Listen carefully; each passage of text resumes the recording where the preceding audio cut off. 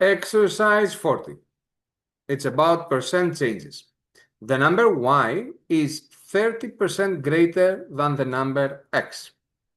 Let's quickly remember that when we increase something by 30% is the same as multiplying it by 100 plus 30 over 100, which is 130 over 100, which is 1.3, which means that y is 1.3 times x. Also, number z is 30% less than y.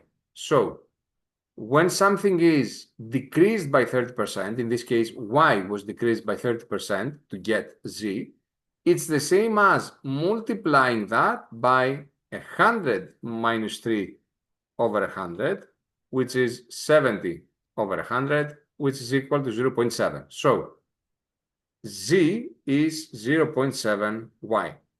And now we need to connect the x and the y and the z.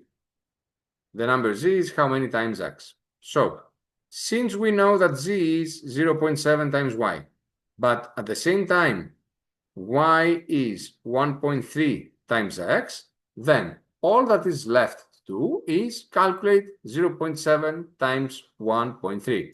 I'm going to go to Desmos. For that, 0.7 times 1.3, it should be 0.91 x.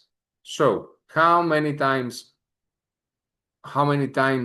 of x is z? It's 0.91.